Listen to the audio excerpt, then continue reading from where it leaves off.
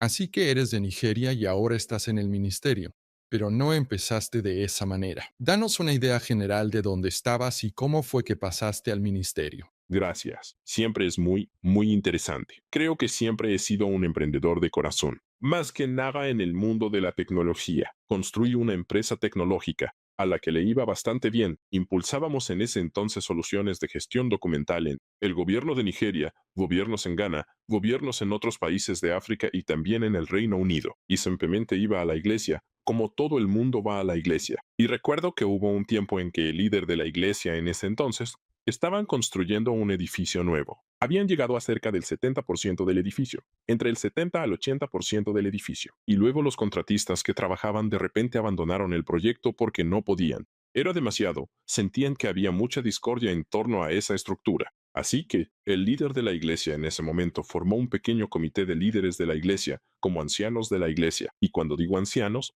yo era joven, probablemente estaba en mis 30, comenzando mis 30 en ese entonces, y la gente de los comités probablemente estaba en sus 50 o 60, pero yo era el más joven de todos ellos.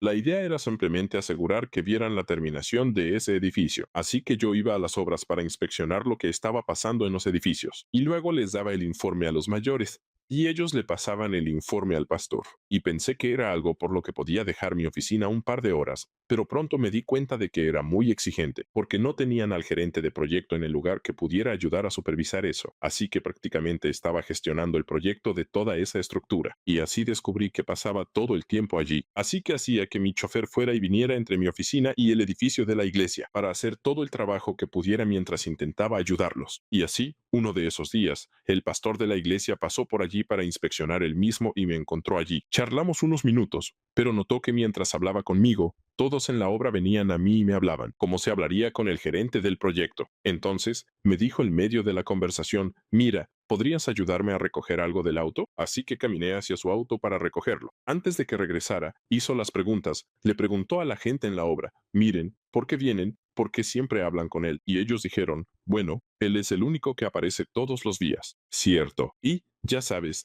nos ayuda con lo que sea que necesitemos. Hizo todo eso sin saberlo, porque yo solo les pasaba la información a los líderes y ellos se la daban a él. Y creo que tuvieron una reunión de oraciones anoche con los trabajadores. Y para la mañana, mi teléfono estaba estallando porque todos llamaban diciendo, oh, gracias, gracias, gracias, gracias. Y yo dije, ¿qué pasa con tanto agradecimiento? ¿Por qué me dan las gracias? Así que la noche anterior, en la reunión de oración, les había dado un buen regaño. Y todos los trabajadores de la iglesia, este tipo ni siquiera era un trabajador, este tipo es solo un miembro de la iglesia, que yo había puesto en el comité y tenía tal compromiso con el proyecto, que todos ustedes deberían darle las gracias. Y por eso recibí las llamadas por la mañana. Así que recuerdo que viajaba al día siguiente. Viajé al Reino Unido. Creo que viajé a Londres. Y mientras estuve en Londres como una semana, fue una reunión de negocios por una semana. Recibí una llamada de la oficina de la iglesia y me dijeron, oh, mira, Emmanuel, solo para informarte que el pastor quiere que te inscribas en la capacitación para trabajadores. Y yo así de risas, no llené ningún formulario para la capacitación de trabajadores. Ya sabes, dice, sí,